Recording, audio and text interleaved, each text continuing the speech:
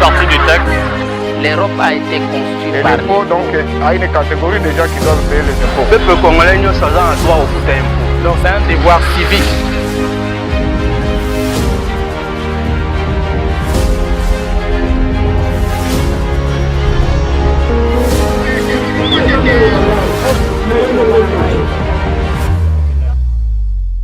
On entend souvent parler de ces termes macroéconomiques. Un terme d'explication d'aujourd'hui nous amène au cœur justement de ces termes et les Quinois se sont exprimés par rapport à ces termes.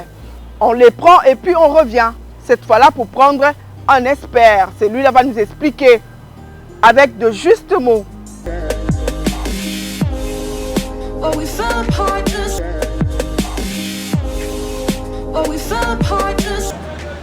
Les cadres macroéconomiques, ça signifie, c'est l'économie au niveau des grands ensembles. Par exemple, au niveau d'une nation, c'est ça les cadres macroéconomiques. L'économie au niveau d'une nation ou au niveau des grands ensembles. Voilà. Bon, le terme macroéconomie, bon, on entend parler tous de cela. Comme je l'ai dit, je suis juriste, mais de par ma culture générale, je peux dire que, avant de parler de la macroéconomie, je dis qu'il y a deux termes, microéconomie et macroéconomie. Pour comprendre ces termes, donc macroéconomie, on parle d'abord de microéconomie. Qui dit microéconomie parle de l'économie de ménage, donc la petite économie de ménage. Qui dit macroéconomie parle de l'économie de l'État, de tout un gouvernement, de tout un pays. Donc, macroéconomie, je peux dire que c'est la façon ou la manière d'organiser les choses ou d'organiser les finances par le gouvernement d'un pays. À travers cela, on peut distinguer la macroéconomie de la microéconomie par cette ampleur,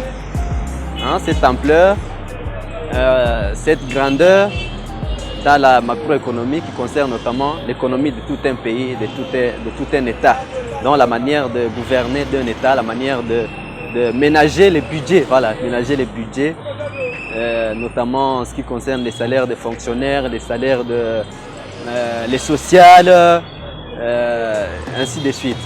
Bon, on a eu des informations macroéconomiques, microéconomiques, mais on a eu baraté la Kissini. On a évité ce mot qui est ça nous sommes aussi la séminaire pour nous sommes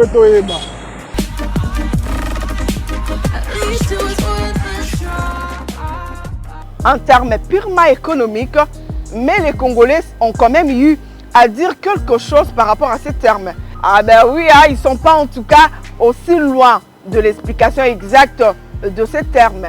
Mais on va prendre l'expert en la matière. Lui, c'est le professeur Yéré Innocent. Il nous explique avec exactitude ce que nous devons comprendre de ces termes.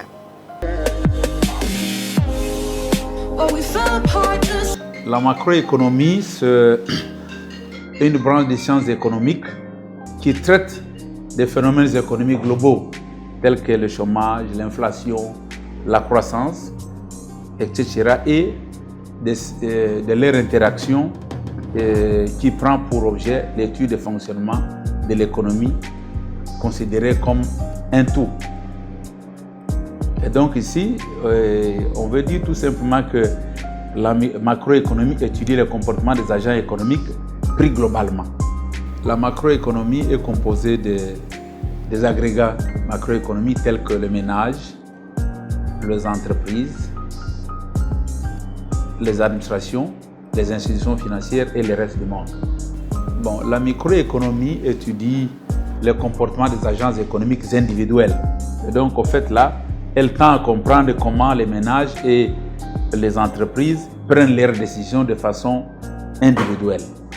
Mais par contre, la macroéconomie étudie et détermine des variables, c'est-à-dire des agrégats macroéconomiques, et ils essaient de voir les variations dans le temps et dans les relations entre les économies, et ils mesurent aussi tels que les taux d'inflation, tels que le chômage, tels que la croissance.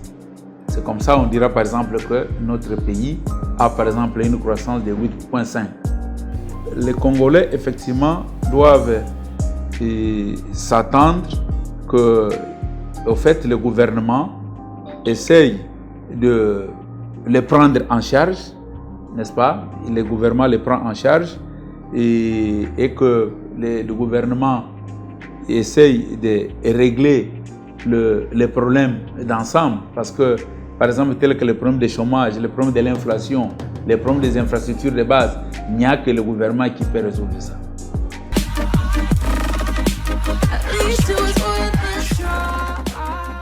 L'équipe de intermédiation ose croire, en tout cas, que vous avez pu retenir quelque chose de ces termes.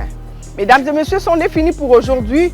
Le rendez-vous est donc pris pour la semaine prochaine autour de notre terme, certainement avec un autre invité.